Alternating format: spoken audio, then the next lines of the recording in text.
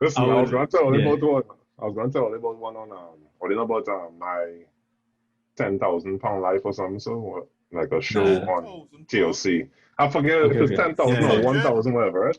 Is it 600. 600? Yeah, I thought it was 600. 1,000. All right, 600. my bad. A So 600 thousand, pound life. bro? What you mean? My bad. 600. My bad. My bad. So 600 pound life had have an episode where this girl she talking about she boyfriend. They show the boyfriend walking up, big Trini flag on his chest, you know. Big Trini flag on his chest. The man take a turn out. The man have a whole family, wife and thing, and he cheated on the family and thing with the 600 pound life girl. So I was just like, Well, it's good back things to on back in to Yeah, here. yeah, back. yeah, Then, yeah. you'll get a lecture. We need Yeah, better yeah. representatives, man. Yeah. Yeah, man. Fire, fire, fire, fire.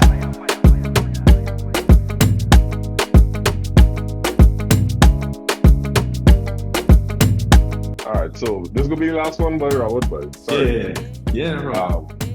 So on a more personal note, so I know you so you live in England and thing for a while. I think you was in where? In I was Brighton? just there for I was in Brighton, yeah. Actually, yeah, I was only there for a year because I was doing my masters and stuff. Mhm. And yeah, the flat where I was living is actually next door to the stadium, the Amex Stadium. But it was Okay, billing wow. it, yeah, no, but it was billing it the season that I was in. So it's like that transition, like it was in a different stadium and then I came there. And I had like one game. Yeah, but that's not even the expected vibes Brighton though. That's like Yeah, the other Brighton. yeah, The other no, yeah, Brighton. yeah, yeah, yeah. But Um, yeah, like yeah, it's before they made Premier League, so it was like 2 years, a couple of years before. But yeah. All yeah, right. but I was only there for a year. Yeah, While you was in England, you went Manchester United games. You ever went to one? yeah. I've been to not while I was there that time. I was trying to get to the Champions League final that season, but it was like it was a lottery thing that you had What year to was that? 2011. So 2010 going into 2011. Yeah, so I signed up for the UEFA lottery. Me and my partner from class and stuff. We was like trying Yeah. to get in, but like the last stage of the thing, they was like, nah, you're not successful. And them tickets was like we was poor students. We couldn't afford Yeah, that for kind of sure, thing. for sure. But yeah, like a couple years later, I got a chance to go to during the Moy season of all seasons. Moise. I got to see, yeah. Fellaini at his prime. That was an interesting year. Like in terms of the discourse, that was like maybe the best year in terms of just like talking nonsense nonstop about complaining. You know, that was the crazy we went from Yeah, like, real we did material. everything to Yeah. this Bad difference. material. Like we had to adjust. This is a trauma event. We had to talk it out. Yeah. Yeah, so I got to go to Old Trafford at that time, thanks to one of my friends who had a season ticket and stuff, and he was real generous. Awesome. How was that, man? How was that experience? It was good. It was real good. Yeah, I got to go like they had the bars around Old Trafford and thing, went there before and after the match, and meet up with friends. Like at that time, I was blogging and stuff as well, writing for our website there. So it was like a nice little meet up and then afterwards. And it was nice. It was nice. It was real good. We won the game, which is anomaly in that season. But in that time, that wasn't the game with the record number of crosses, was it? Nah. That was full of They didn't win that game. Yeah. That game was the one when Moyes came out and said afterwards, United have to improve on defending, passing, crossing, shooting, everything. It's like, wait up. Yeah, I remember that quote. That was real funny. Back then? Yeah. The one I went to was like a 3-1, and the man who scored that day was Januzaj. Remember that? Yep. Unless you're United fan, Januzaj. He was going through that little phase where he was looking real good, and then Welbeck. Purple patch. Welbeck, yes. Exactly. Yeah, Welbeck. Yeah, Welbeck of later Arsenal fame and now Brighton. Yeah, and then Ashley Young scored a belter from outside the box. Oh, good. When he was going cool stuff. Yeah. So that was nice. Yeah, it was good times. So in England, I went to a Community Shield game with Arsenal when Reyes was there actually, and he had scored best goal and thing. I think that was his. That's I think that's the season. Yeah, I think it's the season he signed. The season he signed is when I went to the Community Shield game. Okay. Yeah, I think it's 03 or 04. Or maybe 4. Yeah. It's like 03 or 4 because because prime years, isn't it? All right, so I went to a Community Shield game, and then most recently I went to Milan. Derby d'Italia, right? Okay. Yeah. Cristiano was playing for Juventus. Okay. And Yeah. Lukaku was. The thing that was striking for me, dog, is how loud it is, but like. Yeah. I know, like on TV, I know, they zoom it up sometimes and you realize how loud it is and thing. But when I was there, both times, so both of those big things just. Whistling in Italy, I said you whistling, boy. For some reason, that's but it's pronounced. But like the acoustics on that San Siro Stadium, I don't know. That's excellent architecture because Juventus away had a small section, and if you see how loud that man was, though, like. I remember it actually ended up feeling like men right behind the ball than it is now. Yeah. But they're actually in a corner 100 meters away up in the sky and thing, right? So, but Old Trafford is even bigger, right? So I think Old Trafford is bigger than San Siro, right? Nah, I don't think so. I don't think so. San Siro is like 70-something thousand, I think. Yeah, it may be. I thought it was, but anyway, but I just imagine Old Trafford being real loud too now. Like, the thing is, like, for big games, is get real loud. Mm-hmm. The game that I went to was kind of like middle of the season. 80,000 and like for San Siro. 80,000 for San Siro. Yeah, and Old Trafford is still like 67 or 68,000. Like, it was, I think, until like 2010 or something, before like a lot of the other teams upgraded their stadiums, Old Trafford was the biggest, but then everybody, 74, okay, yeah. But, it was 68 in 2001 or something like that, so it didn't really change that much between those times. But yeah, like, the thing with Old Trafford is that it gets real loud for like the big games, like if it's like a Champions League something. But the kind of criticism that people have is like it's get real, like for normal games, it doesn't be as loud as some of the other. Oh, serious? Yeah. It was good. Like when I went, it was like you get a good atmosphere. Like people were singing because they had the song with the Anzai, and had like people was now singing that song, so you're hearing that all the time. But it wasn't like that wasn't like the thing that I was like overwhelmed by kind of thing. Yeah, it was more just like, hey, I get to see. Like Evra was one of my favorite players. Yeah. Like Rooney was playing back he wasn't like he was rested at it. Yeah. And it's just to see like how fast it is. Like you just watch it on TV and it's like we just talk about men being fast. It's that same thing of like everybody is a good athlete when you get to that level. Like, that's what I mean. Yeah. For sure. Yeah. So I would say, like I mean it was a good experience. One thing actually with Old Trafford is like when you just go to the stadium in like the Hazy Grotford Stadium down the road here, it kind of had that vibe. It definitely felt like an old stadium. And like at that point it was like they actually have now like as of 2021 saying like they're gonna invest in the stadium, but like people been saying that kind of crumb. It have like rain leaking through the roof and that kind of thing. Like it's feeling its age. Yeah. Man isn't talking about rats hunting, yeah, so it's definitely that kind of stuff happening. Yeah. So hopefully we'll see the Glazers start to behave themselves as people protesting and saying, stopping the bus and them kind of thing. We'll see what happens. What was your thought on that incident, boy, when men stormed the bus?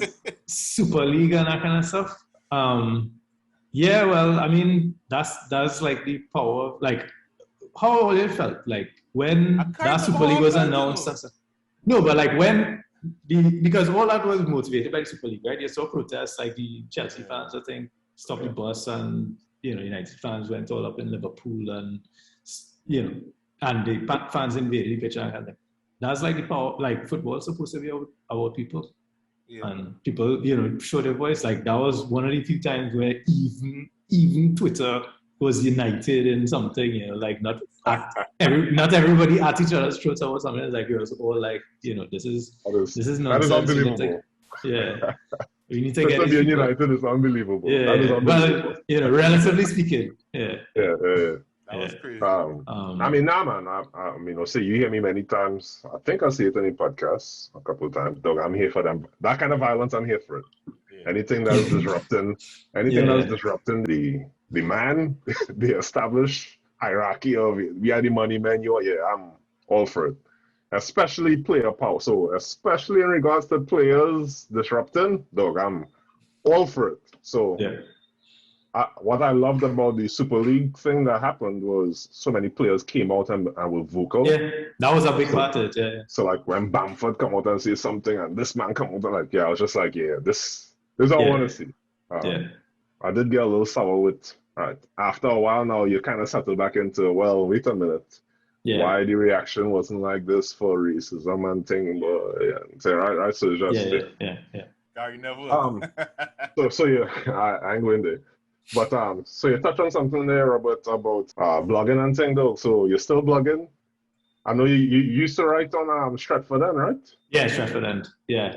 So what happened there is like the site got sold. I kind of eased out of it a little bit by about 2016, 17. But the site got sold a couple of years ago. I still get emails from people who wanted to sponsor the site and that kind of thing. But I just had to tell them, sorry, not affiliated anymore. But the site got sold to some other people, and they're doing their thing and stuff. But I really enjoyed it. But life is, you just get married and your kind of priorities change and stuff. For sure. And things change professionally in your career and stuff. You don't necessarily have as much time. So I think that I'd still like writing and stuff, but we can see, football, my relationship to football is a lot different than how it was even like 5 years ago. Yeah. For sure.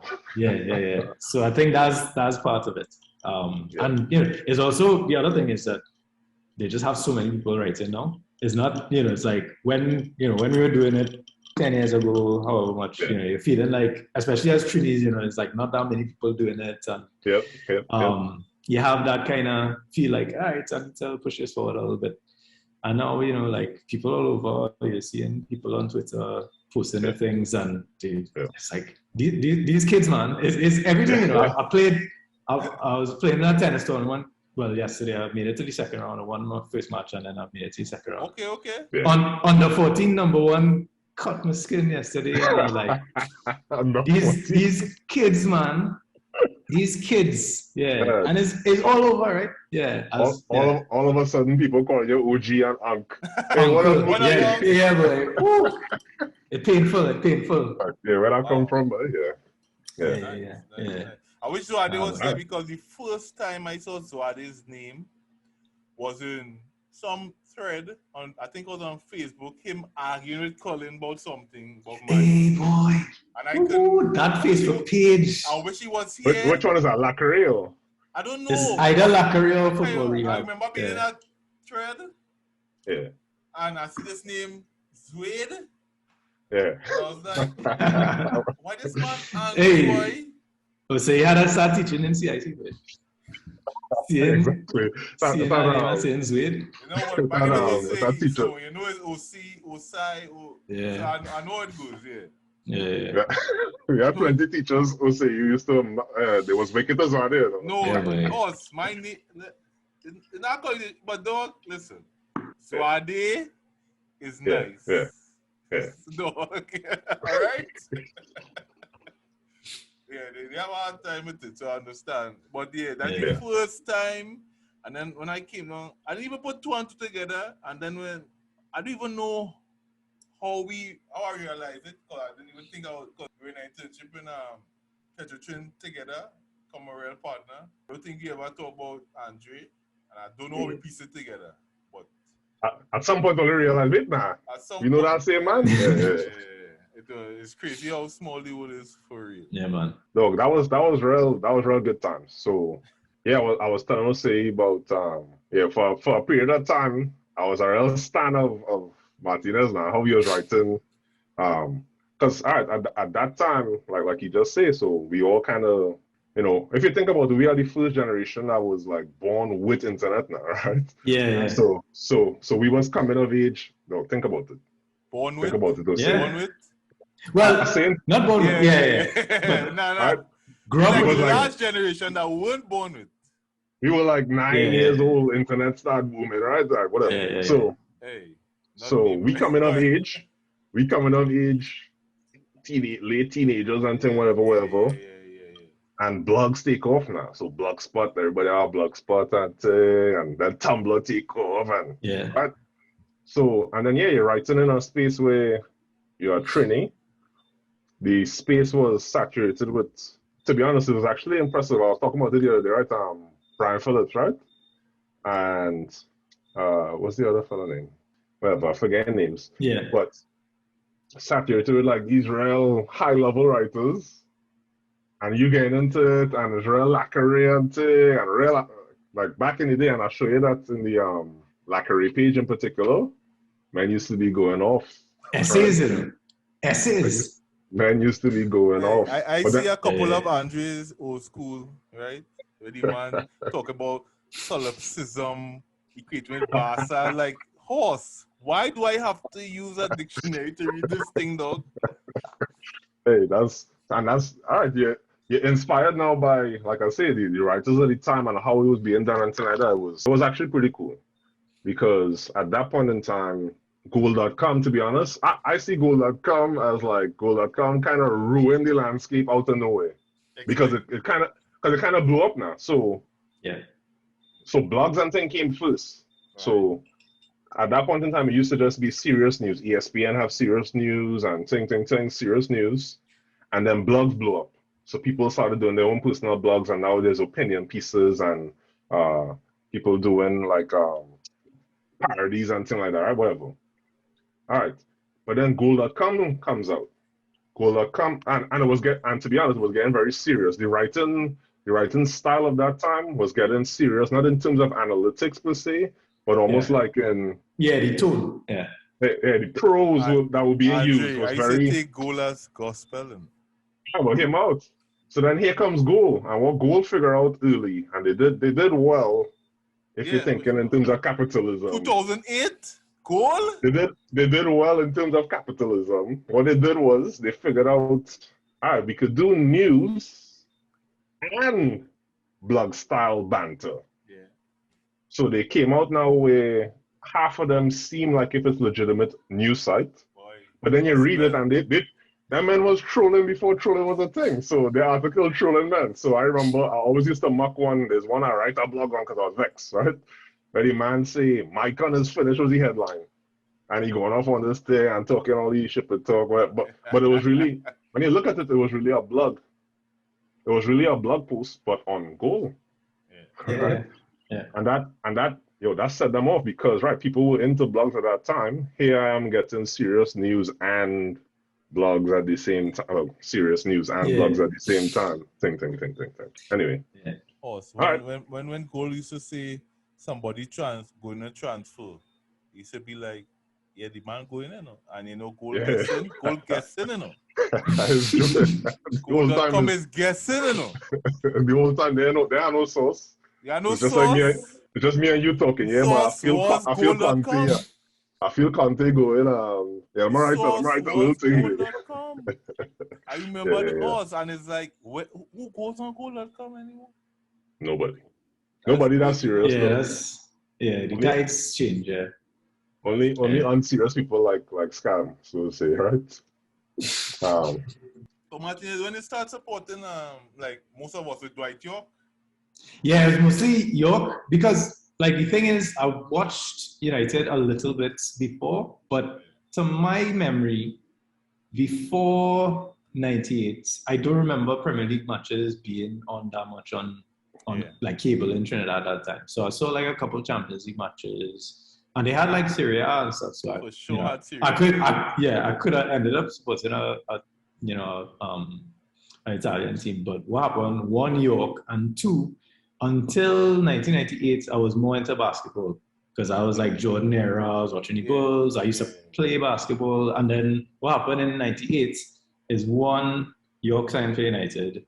Two, I started CIC, and I go from being not one of the tallest people in my primary school, but I was, one of the older kids in the school. To be in CIC with a man like Andrew Prescott, towering over me. I never gonna get to sweat. I never gonna get to sweat on that little basketball court they had in the center of the school. Yeah. So I had to switch up the game. So it's like that's how I really got more into football. I was watching a little bit, but like I watched like World Cups and stuff before that, but not as serious. And then 98 was kind of new thing. Yeah. So Yeah, which was very, very lucky timing. Yeah. So, Perfect timing. yeah. So it was good. I think at that time, all Trinis were Man United fans. I mean, Even that time, I don't think so. Yeah. It definitely had for- haters. It has for haters sure. and everything. Yeah. But For definitely, sure. like, yeah. For Yeah, sure, we okay. jump on the band. Once the trouble happened, we jump on the wagon. Yeah. Everybody was Oh my on. God, Everybody was Banjo. on. Everybody Yeah. was on. Yeah. Everybody like everybody now. Yeah. From that switch from Form 1 to Form 2, you see like a big Dwight a Yorke, big David a big Beckham. jump Yeah. in the fan base. No, not even Thank just like the big names, you know, man. Talking about what's his name? Luke Chadwick. I like Luke Chadwick. Just like what you talking about, right? Yeah. Dennis Lewin, all those guys. Exactly. Andrew was Gary Yeah. Neville. Are you good with that, buddy? Hey, but now I think about it, right? Yeah. Andre, like when you got into like Inter and stuff? 'Cause I remember you was like into like when you was in school for sure. Man think wanted that mullet boy like Chris.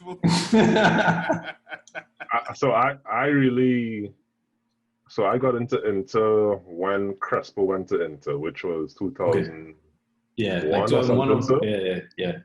He Something went so, like so- he was like a world record like twice or something like that. Yeah, Because I basically, my first team I support was really Lazio. So right. Okay. Serie A was on TV. I had real like Lazio. I had real like Lazio squad dog. I had real like Varane. Yeah, that time was disgusting. Yeah. Sergio Yeah. Conceição, Nedved, Yeah. Crespo, and I forget he partnered. Nesta was with them. Yeah. Yeah, I'm trying to remember who was Crespo's strike partner because them days was 4-4-2 and things. Salas was there. Not Salas, Claudio but, Lopez. Was there a guy named something with 90. I What forget him. year is this? What country is 2001, from? 2001. But I forget him completely. But that Simone 2001 had a real good strike. They had like a lot of strikers. Yeah. They had like Simone Inzaghi. They had Del Vecchio. Yeah. So once he moved, I followed him to Okay. Inter. Okay. And then I start liking Inter because Inter low key, right? What Inter is like who is like that in the Premier League, boy? Who's a team that is signed every season? They sign somebody who is a bona fide, like, yeah, this man real good, even if the team not that good. You know what I mean? Yeah. Almost. Yeah. Nah, not Spurs. I can't say Spurs. Spurs don't And do you sign know who big the players man every was? season. Who? Claudio Lopez. Was it really Claudio Lopez? I was saying that, but like he wasn't that good. He wasn't that good at Lazio. He was real good at Valencia, but like he signed for them and then. No, I remember Claudio Lopez, but I feel like he was the partner of Salas. I think he was probably Salas losing. I'm watching this squad right now with Dino Baggio, Dejan Stankovic, Ifriel Stankovic was guys come Mendieta, Mendieta was another man who didn't do that well at all. Karel Poborski. Yeah. Nah, wait. This What year is that, This bud? 0102. Yeah. And Crespo was there? Negro was the boss. And Crespo was there? Crespo was right here. Yeah. Diego Simeone. Well, I'm mixing up my memory, Yeah, the this confirmation name bias. was I'm real mixing up bad. all the names together. Sinisa Mihailovic. Yeah, for sure, he was there. Mr. Free Kicks. Yeah, Mr. Yeah, Free for Kicks. sure. For sure. Boy, this team was And he real went bad, into boy. it too. Nah, that was real strong. It No, had that side was- Simeone Inzaghi as well. Right. Yeah. Stefano Fiore. Wow. Yeah, Fiore as well. Real bomb squad. Anyway. Yeah. You know we forget it. Yap Who? Stam. Yeah. Yep, Well, that was a famous move. Yeah. Boy. Ericsson was the coach, eh? Yeah. Who? Ericsson, yeah. Yeah. For that season. Yeah, because Ericsson went to England 2000, I think. Yeah, because like it's right after they sacked Kevin Keegan. Yeah. But I mean, so once I go on into bandwagon day, obviously. So I find people just do this honest thing or something. I feel that people being dishonest, right? Like I feel like all of us at the beginning of being fans, we were sketters basically, right? We just like players who are real good. Like we're not tactically astute and thing, and we watching the game for like no, you watching. I like this player. I like he boots. I like how he's wearing his socks. I like he had a We was 10. What do you Exactly. expect? Yeah, he was 10 years old. Yeah, So, yeah. so people just act like, people say, It's like a big, I like how they used to play. It's like, I didn't understand football when I was Thierry like, Henry. yeah. Exactly. That was the other thing. Yeah, that was, So literally somebody had tweet, what's your first memory of the player that you like the most first? And it was Romario. I remember small. I was real small. But I remember Romario, right? Because that's the first time I remember seeing a man do like a almost drag. 360 drag. Right? So he do the drag and thing, I like Romario. And then after Romario, it went into, I think Veron was next. And then it went into Crespo. And from Crespo, I start following into, and then that's when I start actually starting to identify team, okay, who's these players and things, and that TV, Bobo Vieri, thing, right? So it's just, and then gradually now, all right, that's when I start getting my identity now as a fan. Is a fan and a supporting team thick and thin. Barca. Nah, that came later. Much that later. came later, I know. Much later. Yeah, Barca went through like a weird period. Yeah. Barca went through a weird period before that. Before Ronaldinho came, yeah. I used to like Barca though. The Barca I used to like was when they were the underdogs. Now younger people don't even remember. Younger people don't even remember. They don't even know that Barca used to be like a real underdog team now. Andre, maybe that could be the team that used to sign everybody with a big name and still not be. Yeah, actually, it might be. That's exactly what it's like, right? So that Barca with Rivaldo, of course. Yeah. But they used to. All right, they were playing the ball, but Guardiola, of course, he did his tweak that made it sensational, right? But but I know what you're talking about. Like when they scraped Champions League, like with the overhead from Rivaldo. Them kind of times, But that was good. That was good times. Yeah. That was good times. Rivaldo, Clive throwing away half the chances all the time. Then my boy Riquelme joined. Riquelme joined and he couldn't. When Oli was talking about lazy man, that is Riquelme. But you would never ask Riquelme to run up and down the pitch. Temperamental. But he's the lazy man. The lazy man, I remember. They let him do that. What? What are you gonna say there? What's his partner name? Who? Savio. Who? Conrad Smith. Oh, Conrad? Yeah. Episode, If he feels the play on this day, anyway, go ahead. Yeah. That's Barcelona with Charisma thing too. Yeah. Dog, you remember when they signed Maxi Lopez after the World Cup, the under 17? Maxi. That's why I don't like Icardi at all, you know. That's my dog. Serious thing, you know. But Hoss, let me tell you something, huh? As a man that watched Inter, I gave up on Inter, I think second season. Rafa stayed for 2 seasons, I can't remember, right? I don't think he did well. I'm not sure. Season, 6 months. I saw Troy out my brain. I can't even remember what happened. So I think it was Rafa, then they had like Gasperini and whatever. Yeah.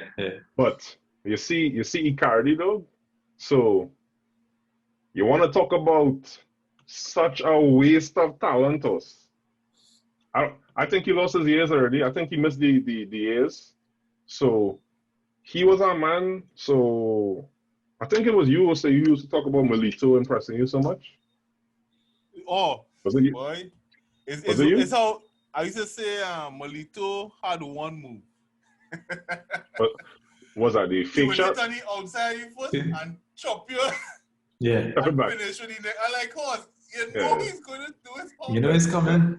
In preseason, Andrew, when you went to watch Inter play AC, Milan, man did the move, right? Yeah. Remember, Zlatan wasn't there because he and Eto was crossing paths while they say, yeah. Andrew, in the air, Andre, JetBlue had Wi-Fi and they say, Zlatan go and Inter take Eto. Like, oh, you're not going to get to see none of them. You're not going to see Zlatan, boy. Right? Melito hit a man from AC, the same chop. And in the final, how much time? Same chop. He hit a man from Bayern the same chop. Di Michelis or Van Boyten? I forget which one. Hey, fair, Goal final, that's it. I'm like, oh. But you see how so Melito had this thing, right? Where to say that he was a high school finisher is kind of understating what it's like, right? So he had this thing, dog, where it's understating it. Okay. Because so like people in Zagian saying he living on the edge of the line and saying he's gonna have chances and whatever, right? Melito had this thing where so he was a real team player, right? Melito moving around the whole forward line, whatever, linking up, making the unselfish run, whatever. But he would have this thing where it reminds me of Greenwood. So Mason Greenwood has it, where it is a half chance. It's not even a half a chance. But from the time he hit the ball, you're like, dog, that's actually in the absolute corner. It is in the corner. It's not even like, Yeah. he had this thing, right? Icardi actually had it one level up post. So there were games where I see what Icardi was doing, and I'm like, oh, but what is this man? Because he's doing this thing where he could make the half chance for himself, right? He's deceptively not that slow as you think. So he is slow, but then he's not really that slow, right? Yeah. But then any chance, Jose, any chance, Martinez, any chance is goal, right? So when I start seeing how this man was performing, I was like, oh, so you know what? If Inter hire a real coach again, Inter gonna kill teams just based on him, right? Then I see the man go on PSG. And he went PSG when Zlatan left, right? I think he went. I think he went when Cavani left. Or before. No. Nah, Cavani left much later. Yeah. Okay. Yeah, so I think him and Cavani were there together. Okay. Yeah. But he went. I think he went before Mbappe got there. So for a period of time, it was gonna. So. Yeah. I think so, right? So for actually, I'm not sure. Yeah. I'm not too sure. I'm not too sure either. But I feel like he went when Zlatan left. So whenever Zlatan went Man U is when he went. No, when Zlatan went LA. Yeah. Zlatan went LA first. Yeah, I think. Anyway. Yeah. Time. Yeah. I'll tell you what year he went. Yeah. Continue on. But basically, once he went, I thought he was going to take off, but I should have known because man, PSG took all the men from Syria that were like more favorites now, more favorites who Pastore, dog. I had real like Lavezzi. Yeah, Lavezzi's a player. He won track, but dog, I really like watching Lavezzi play. Yeah. Even Thiago Motta, I really like him. Like it's just all these players. I was like, and then well, the man changed the agent, and the rest is history. Unfortunately for that many man. things are yeah. Anyway. What Greenwood? Let's go back to Greenwood. Martinez, what thoughts on Greenwood, boy? Yeah, he is like a real special talent. Like he has not just one good foot, like two very good. Crazy.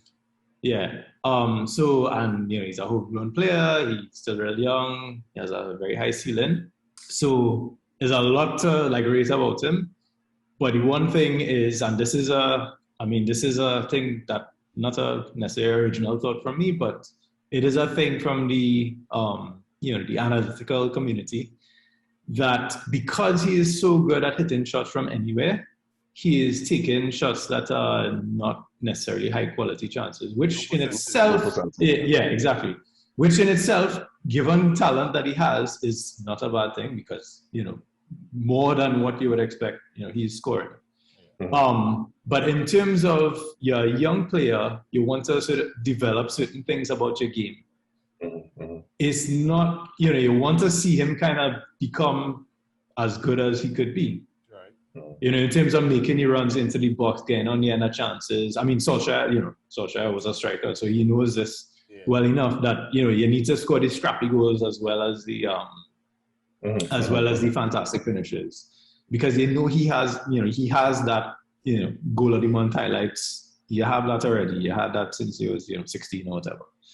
But, to make it to that 30 goal a season kind of striker, which, I think he can be, he needs to sort of develop that. You would think that the coach that we have now would be helpful in that regard, but I don't know how, I don't know how that is working out. So I think that is the one sort of, if you want to call it a question mark, like, I should be clear. Like, I think he's a real, could be like a real, legend for the club kind of thing.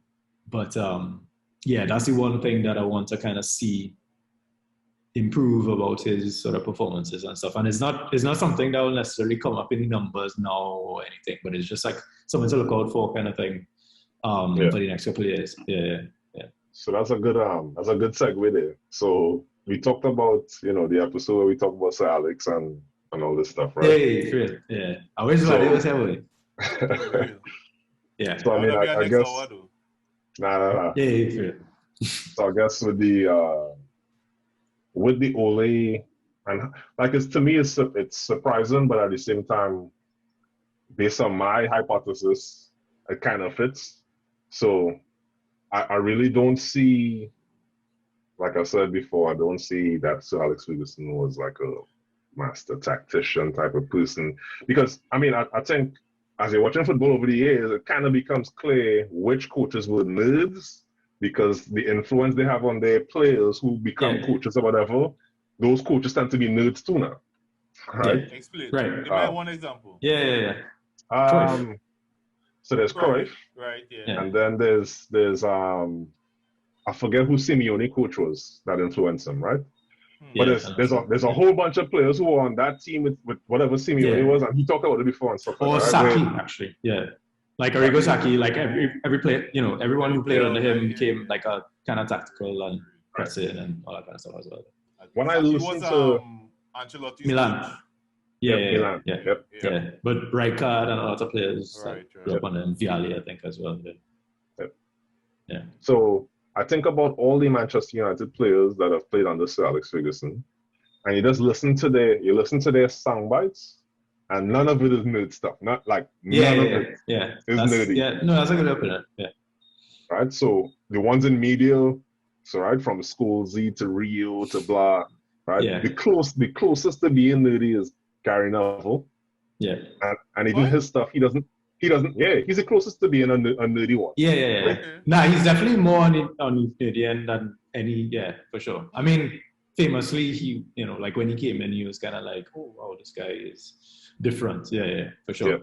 Yeah. So I see what you're saying. So, like I was saying, it's surprising because you would think Ole as a striker would maybe have a lot to coach about being a striker and movement and stuff like that, because particularly Ole as a striker, his game was not predicated on speed and shooting from outside the box. Yeah. So you would think that's what he would be able to impart, but it kind of fits the mold. So this is the part that's not surprising to me. He kind of fits the mold now of all of Sir Alex's disciples. What they are more about, and this is what I made this comment. I was trying to praise the man, or they thought I was dissing the man. I see Sir Alex Ferguson as what he was an exceptional manager. So he could be in any industry and be an exceptional leader, right? He could be a manager in another industry and be able to get people to buy into his vision, get the best out of people who was underperforming, whatever. He might cut some throat, fair enough, but sure. Right? Keep going, right? Yeah. So, there's a part of the current crop that I am concerned about for Manchester United, essentially, where I don't think they're being coached in terms of their professional development. I think what Ole has been able to do as a good man manager, as a good leader, is to get rid of a lot of the toxicity. And I think I said it to you before, say, as a manager, right, it's easier to have a negative impact, right, to make people feel a toxic environment, whatever, than to be the person that motivates them to be what it is, right? So Ole has done the easier thing. It's not an easy thing, but it's easier. Sure. He's done the easier thing well, but now the next part.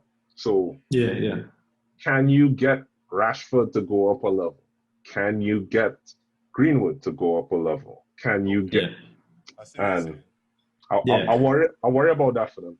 Yeah, no, that's a good way of putting it. Like the man management side of it, I definitely agree with. And honestly, like when they signed him originally as a like as permanent instead of the caretaker and stuff, which was right after the PSG game, which was a funny time to when you're high on everything and probably had a few drinks. Yeah, like when they signed him, like I was fairly skeptical initially, but to be honest, and I mean I'm obviously more than skeptical at this point, given that I said we should replace him. But like over the period of time that he's been there, he's kind of pleasantly surprised in terms of like how far he was able to take the team, the all the stuff we talked about before in terms of recruitment and all the rest of it. But yeah, now is the kind of time where you put a lot of the pieces in place, which you deserve praise for, but like that sort of extra step, you're just not really seeing it. And then to come back to the point, which was, again, I wish what they would say, but yeah, I mean, I tend to agree with the thing of, Fergie was, so I hope we're not going to have a debate about like who's the greatest manager of all time, but he's definitely in that conversation, right? Like there's no, people might differ. Like honestly, I would say like Guardiola is on the way to that. It's just, how long he will be around. But I would agree with you. But that's a separate thing. But the thing that made him great was not tactics.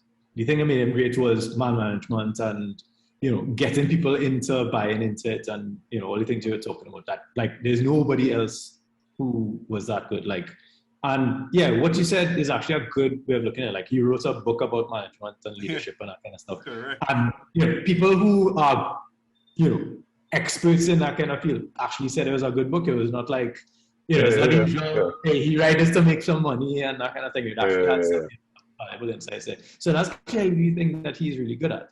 But one thing he is also good at is like delegating, which is part of management. That's part of it.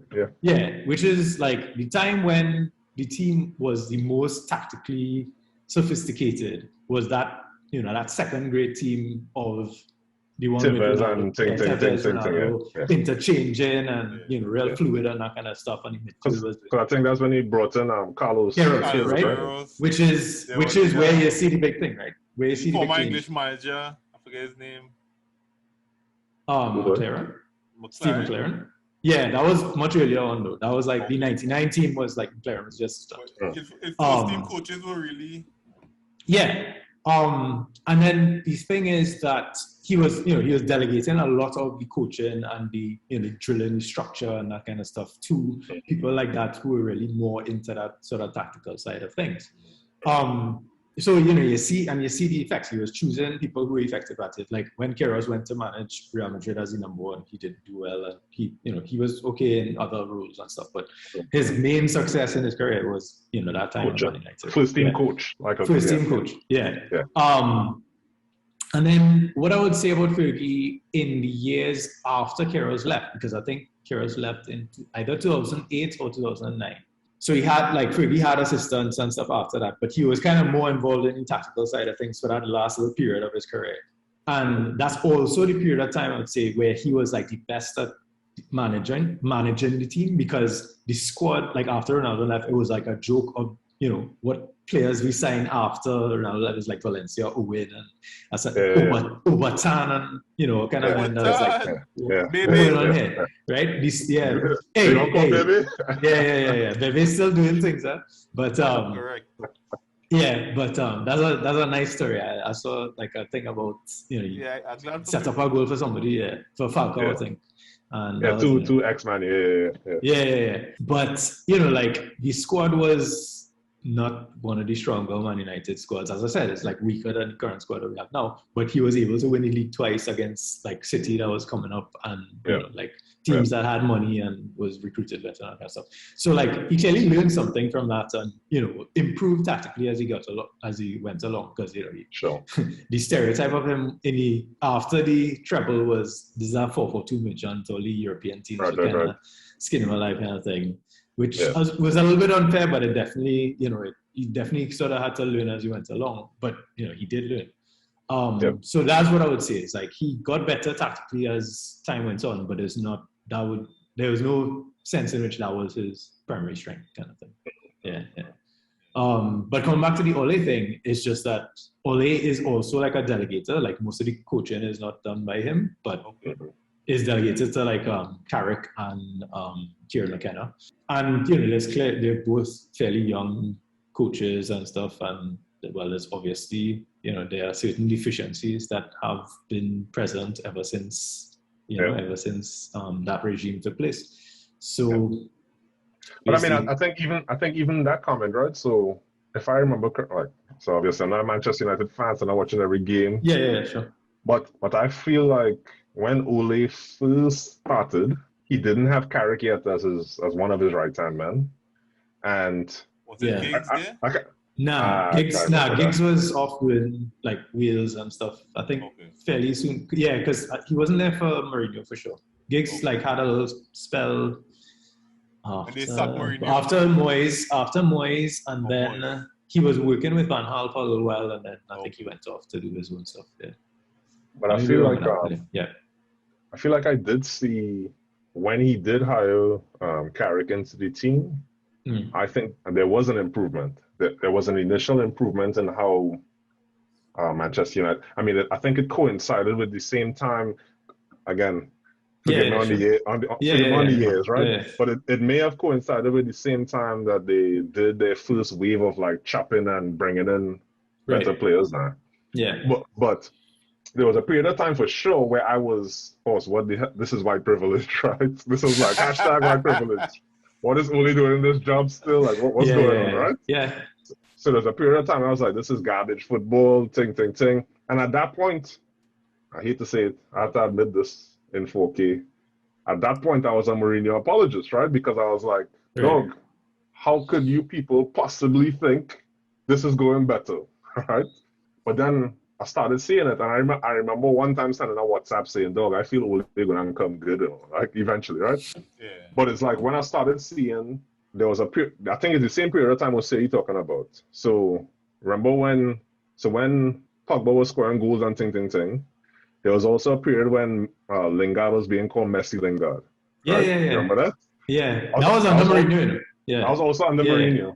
Right? Yeah. So there's a period of time where is this weird thing? I don't understand Mourinho at all, right? And I refuse to really get involved in it because it's too toxic, right? But like, there's this weird thing where there's a period of time where it looks like he did coach attack. Because there's a period of time where all of his teams, so Chelsea did it as well, when Fabregas was there and Schürrle was there, where they would do this thing where they get around the box and there's a set of one touch they do and ting, and it's real pretty goals. Yeah. It's real pretty goals, and he's like, dog, this is all right. Yeah. And then just so there's a switch where the team becomes very stretched.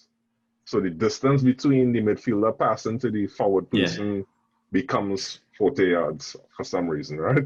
Yeah. So that's what happened to Lukaku when people was doing him dirty with the jeans and Tims in the knees, right? Wicked. Right? Yeah. Everything is these long passes into you and you're isolated, right? That's so when Mourinho left, that's how Manchester United was still playing. There was these long, stagnant, whatever. With Ole, it was still happening. New manager Bunks, maybe Pogba had a good 2 games there, whatever, but then it kind of still showing itself. They will lose to Crystal Palace, and people were starting to talk about Ole out already. Yeah. But then something changed, and I think it was around the time Carrick and them got hired, so he did recognize he needs first team coaches. I think so. Yeah, he did recognize he needs first time coaches and saying, I'm trying to see when he started working to me, the difference between Ole and Lampard was when Ole was in the hot seat, he got results though. Yeah. Because I'm gonna repeat this, Lampard is white privilege. What I'm saying is they were kind of in a hot seat at the same time, man. Yeah. But he got his job because he beat PSG, right? I think that was Well, he got confirmed in the position, Right. Yeah, I mean, I agree with Andre for sure on Lampard. And like right now, what happening with Chelsea and like how they have a good manager and thing, it's like, Yeah. You're jealous, you though. know, you know that meme of like what's this Jesus? I see what you did for this person. Yeah. The better meme is on my channel scams. The better meme is Tyrese going, congratulations. Oh man. Yeah, boy, that man. Yeah, that man is an encyclopedia memes, boy. It's real wild. I don't know what's going on in his phone. His knowledge is crazy, horse. Yeah, the history stuff. It was like junior Rose, the history ones. I was like, yeah, that was good stuff. That was something else. Yeah, Wikipedia servers overloaded that thing. Yeah. But yeah, But I think I believe Oli will get results in this run. To me, if he don't get results in this run here, I can see Oli going in 100. Nah, boy. There's a couple. So there's a couple things like so. Again, outside looking in, I just don't see United board is not that reactionary in fairness to them. Mm-hmm. So like think about how much rope they give Mourinho. Really, that shit was bad for a long time. Yeah, for sure. Yeah. From the start of that season, that was going bad for a long time. To keep him. Yeah. Louis Van Gaal, it was going bad for a long time to keep him. More years probably get the shortest rope, and that was when they were. To be honest, that's when they were fresh. Yeah, they were fresh in the game themselves. I don't see United board as being reactionary and firing Ole. If anything, they might do what Newcastle has done. So when Steve Bruce has been under pressure the whole time, what they keep doing is, I'll hire another first team coach for you, and I'll hire another. I could see them doing that for Ole. I could see them doing that because I just don't see them doing the Conte money. Right? I don't see them doing another restart. I don't see that.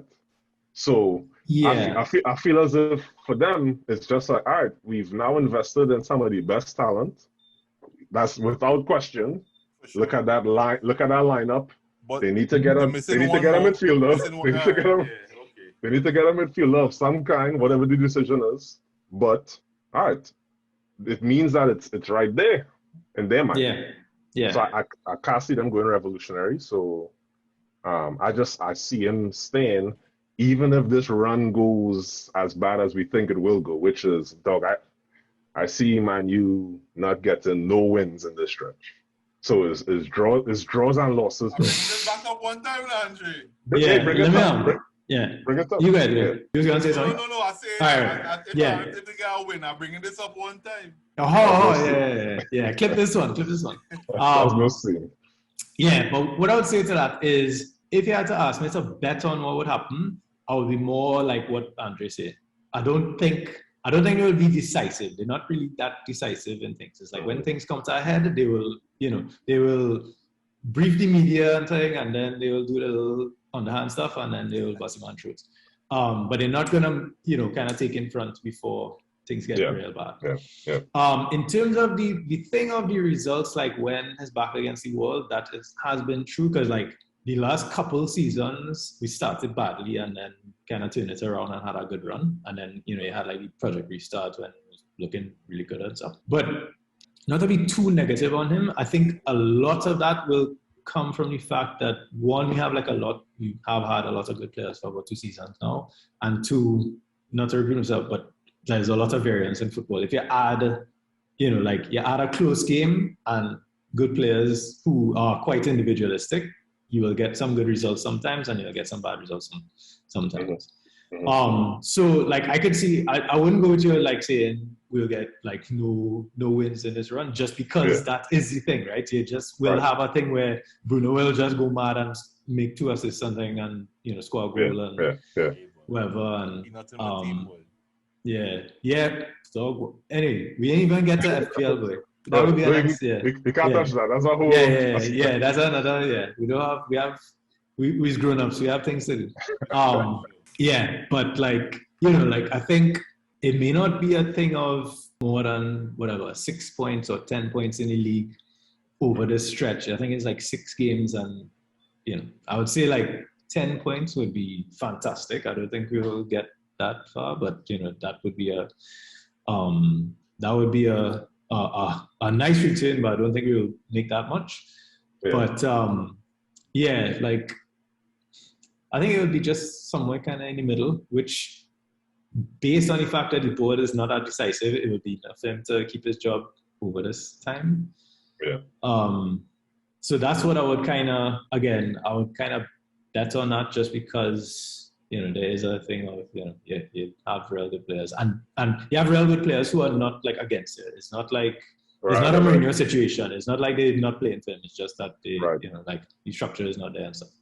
But things could happen. Yeah. It's been interesting. So I can see it. So while Mourinho was at Inter, it wasn't easy for me to see it. After he left Inter, it was easy for me to see it. Very, very clear. So Mourinho does damage to the psychology of our fan base, though.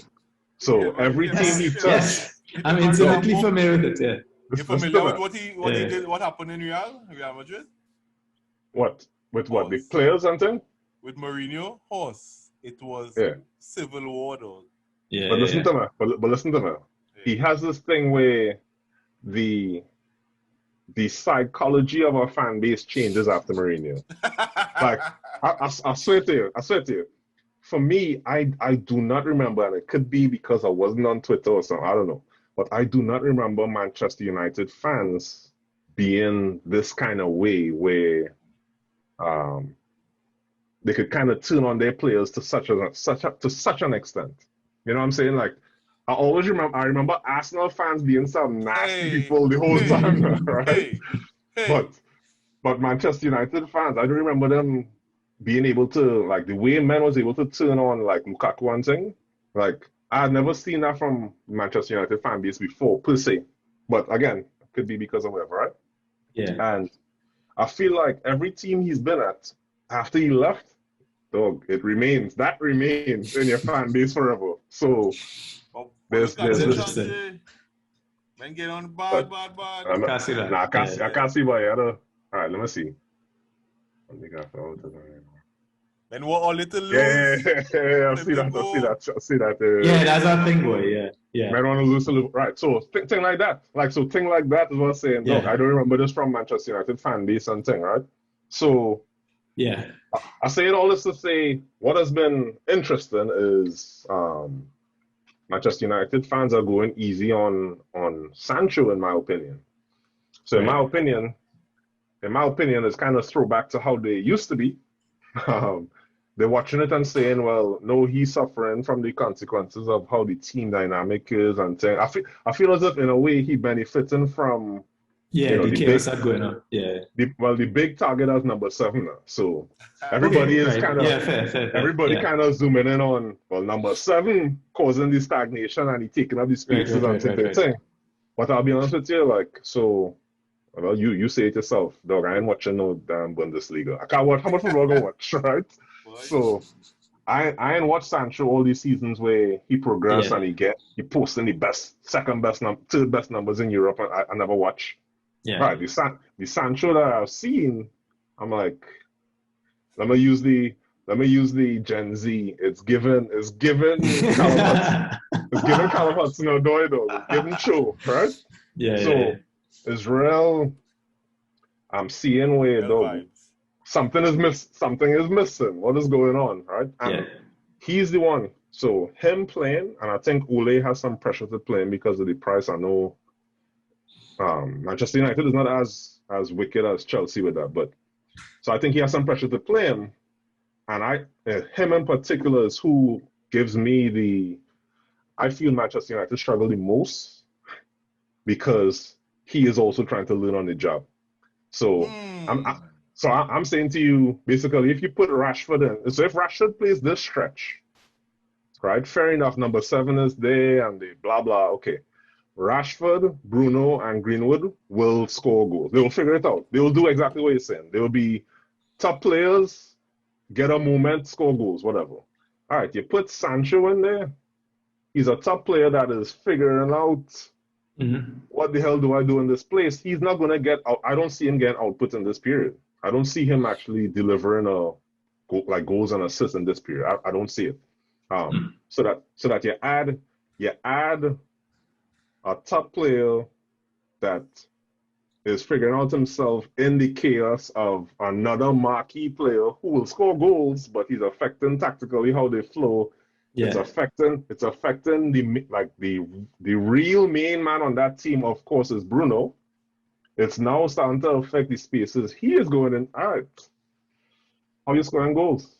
And that's the thing. So there was a period of, so for these last 2 years, whenever we talking about Manchester United looking bad, to be honest, I always felt like they still have goals in them. Yeah. Like it always feels like even if they're not playing well, they'll still score a goal. There'll be a penalty because a man gonna hit a little whip whap in the box, right? Whatever. Now I don't even feel they're gonna get a penalty. Like I don't even see that happening. I'm looking at the games and I'm just like, they ain't scoring at all. Right? I was actually so surprised when Rashford scored this weekend when just so Lindelof pick out a Matt Hummels ball out of nowhere. Lindelof had like a lot of problems where he have that in his locker. He have that Like they had one against Sheffield last season, which was because I remember that because I had Maguire in the team at the time and I was like, wait, what are you doing, man? Yeah, but anyway, that's the FPL trauma. Yeah, that is the sickness. But yeah, that's an interesting thing about Sancho. He definitely not kind of like, I was really looking forward to seeing him play and, I'll admit, I'm mostly seeing him play for England, not in Bundesliga and that kind of thing. So I think for sure, it is partly on him just like figuring it out, what they're supposed to do. But the other thing is we kind of expected when he came in for him to be on the right-hand side, but not just on the right-hand side. It's not like he's going to be on the right-hand side to do what Rashford doing on the left-hand side. He's a different kind of player. Like he's a more creator, like he could dribble, but he's not like gonna get to the wing and chop across in. And that right. But what we see from him so far is more like, he could nutmeg people, so he gonna do the Rashford thing of nutmegging a man and cutting in and hitting a shot. But that's not really his game at all. And like he's being played as though he's supposed to be a Marcus Rashford replacement, which is kind of it's kind of, so I think it's like a 50-50 thing. I think people who have seen him more than I have and who, into the numbers and that kind of stuff, they are kind of like, well, he's too good not for it to work out. Yeah. I see Greece in particular talks. It's that kind of thing. Quite a bit, yeah. So, I mean, one, like, they speaking from a position of more knowledge than me. And two, like, it kind of makes sense as well. It's like, okay, well, he knew he was so young and stuff. He not came in at what seemed like it would have been a good time had, like, other signings not been made. But now he was, because the hype around him has been big for 2 years, right? He was supposed to be kind of like the main man, the final piece. And then things, it is... the alpha dog psychology and all that stuff is a weird thing. But yeah, like I think, he will maybe not be the kind of, maybe for the first years, not be the kind of superstar we was expecting him to be off the bat, when we was building up to signing him. But I think, something good will come of it. Yeah. Sancho, he's not as direct as Rashford, right? He doesn't shoot from outside the box. He doesn't have the shot. Yeah. He could, but what he likes to do is he combines well, good 1-2, could take on a man, and he could create. That reminds me of? Yeah. Who's that? He reminds me of Shinji Kagawa. Yeah. Another man that struggled at Manchester United. That's interesting actually. Yeah, like there was a period of time when we had a lot of number 10s. Yeah, for real. And the next one, Mickey as well. Same thing. These players who they're quick on the dribble, but what they are. It's not like what they really like is what they are. Yeah. What are they? 10s. Yeah. We actually had number 10s. Yeah. Number 10s. Yeah. And it's not easy step for them. Yeah. That's a real issue, like yeah. Yeah, it's been a period, like there's been a long period of time where Man United have just not had like really good tens that just not working out. Yeah, as I say, like the system never was set up for them to flourish. Yeah. Sancho is a slightly different type of player as well because he never really played in the middle. Yeah, he never played down the middle as well for Dortmund and stuff. So we'll see. But I think is he definitely I'm ready to kind of give up on him. But he definitely is like you're saying. He definitely is that. And he's also like half Trini. Well, actually no, he's we claiming him. I claim him. We claiming him. Yeah, both his parents are Trini, so we struggling for players. So we go take it. Now we need some good PR. We need some good PR. We done real bad these days, you know? Yeah, boy. Yeah. So anyway. Yeah, fella. Martinez, bro, it was nice meeting you. Yeah. Same here, man. Yeah, for sure. We really appreciate the support.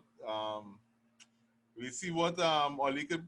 I believe Oli has get results in when he's back against the wall. We'll see if he can go through this gauntlet. So if you really believe that, right? Yeah. What I want to see is Lukaku out, Ronaldo in. Or Salah out, Bruno in. I'm going to see some of that.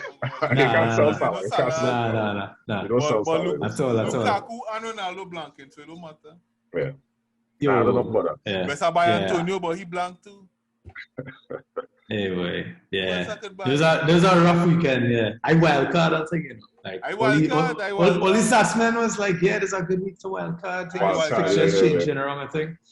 Lukaku still have a run of fixtures that's supposed to be good, so that's why I kind of four match game weeks. I still believe I believe he is I hate to say it, but he's a flat track bully. I don't sell Saka already, no, Andre. I pull out. You lie. Saka. What are you doing, buddy? It's too early, man. It's too early. That Champions League this week. Sell him. So, and all in Europe, right? Nothing. All in nothing this year? Yeah. Oh, okay. All right. So well, unless you buy somebody who's from a Champions League team. Nope. All right. I buy Sar. Anyway, okay. Yeah. That's a tough run they have. I take him out. They're playing Everton. Last for the World Cup. Anyway, all right. I would have liked to have. Anyway, this Manchester United man, I need to get him on my team now, so that changes my priority. So that was actually the World Cup. Yeah, that was the World Cup. And here's what I'm going to do this weekend. Yeah. I'm going to triple captain Lukaku. Anyway, gentlemen, okay. That's all bad. All right. I appreciate you having on that bombshell. Yeah. And I go be the man when go and be like, how you know that thing? Yeah. You'll be the man that everybody's talking about. Yeah, there's the clickbait. There's the clickbait for everybody to 6 total points. Yeah. Gentlemen, once again, with this manual episode. Man. Appreciate it, bro. It was fun. Thanks for man. You too. Take care. Later. Fire.